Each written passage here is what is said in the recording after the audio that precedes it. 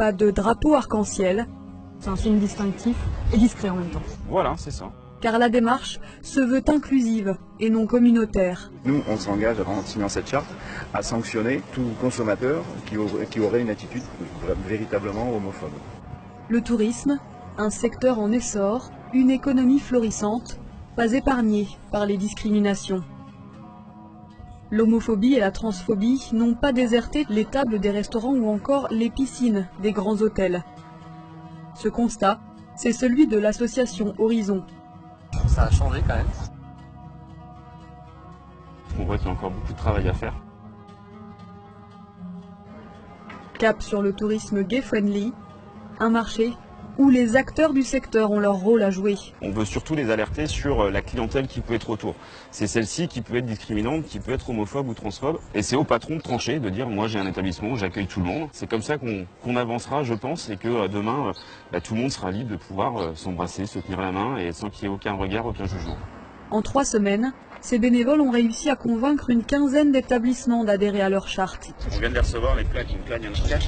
Hervé Château Bonjour. est propriétaire de 3 bars-restaurants dans l'ouest de l'île. Denis Dominguez gère le plus nocturne d'entre eux. On est heureux d'accueillir notre 16e établissement. C'est souvent une communauté qui aime bien faire la fête, qui sort souvent, qui a un bon pouvoir d'achat, on va dire, sans rentrer dans les poncifs, mais je pense que c'est une réalité de cette communauté.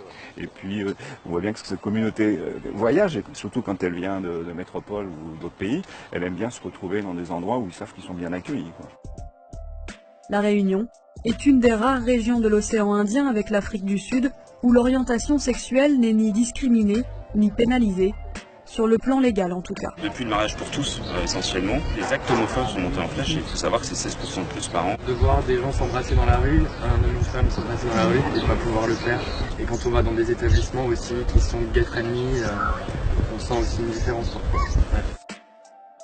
Le site gayvoyageurs.com déconseille Maurice et les Seychelles. Nombre d'îles voisines sont considérées comme des destinations homophobes par le guide en ligne.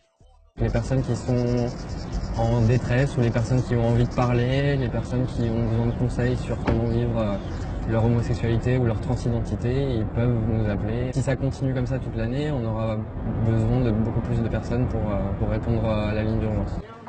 Du papier au changement réel des mentalités, il faudra encore travailler un peu. On mettra en place des systèmes d'enquête mystère pour voir si effectivement le personnel de l'établissement a bien été sensibilisé. Bonjour. Bonjour. Denis, merci. Ce n'est pas la première fois qu'une telle charte est soumise aux professionnels du secteur touristique. La charte est malheureusement tombée un petit peu dans l'oubli et c'est pour ça que je remercie l'association Horizon de prendre le relais. Différemment, on associe aussi la famille à cette charte.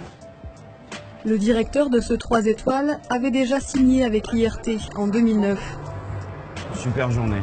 Cette nouvelle distinction collée au mur pourrait bien lui ouvrir les portes d'un nouveau marché.